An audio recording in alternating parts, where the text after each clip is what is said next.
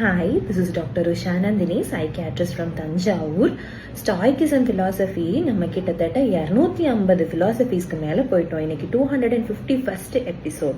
So இவ்வளோ நாள் நீங்கள் இந்த philosophy கற்றுக்கிறதுல நமக்குள்ள ஒரு ஹிடன் பவர் இருக்குது அப்படின்னு சொல்கிறாங்க. இந்த philosophy கற்றுக்கிட்டா மட்டும் இல்லை, பட் ஜென்ரலாக மனுஷனாக பிறந்தா நமக்குள்ள ஒரு ஹிடன் பவர் இருக்குன்னு சொல்கிறாங்க. அந்த பவர் என்ன அப்படின்னா, ஈச் சிச்சுவேஷனை அனலைஸ் பண்ணி அதில் நம்ம எதை எடுத்துக்கணும், எதை எடுத்துக்க வேண்டாம், எதை நம்ம முக்கியத்துவம் கொடுக்கணும், எதை முக்கியத்துவம் கொடுக்க வேண்டாம் அப்படின்ற reasoned choice, that is our hidden power அப்படின்னு சொல்றாங்க.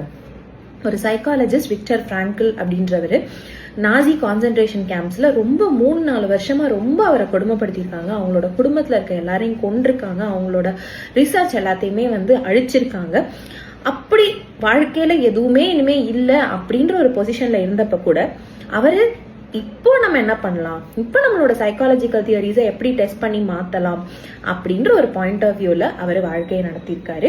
அதுக்கப்புறம் நிறைய பப்ளிஷ் ஆயிருக்கு அப்படின்னு சொல்கிறாங்க. ஸோ நாசிஸால கூட அவரோட வில் பவரை எடுத்துக்க முடியல, அது அவரோட ஹிடன் பவர். அதே மாதிரி நம்ம எல்லாத்துக்குள்ளேயும் ஒரு சிச்சுவேஷனை அதுலேருந்து எதை நம்ம எடுத்துக்கணும், எடுத்துக்க வேண்டாம் அப்படின்ற ரீசன் சாய்ஸ் இருக்கு அப்படின்னு சொல்கிறாங்க. இதை பற்றி யோசிச்சு பாருங்க. தேங்க்யூ.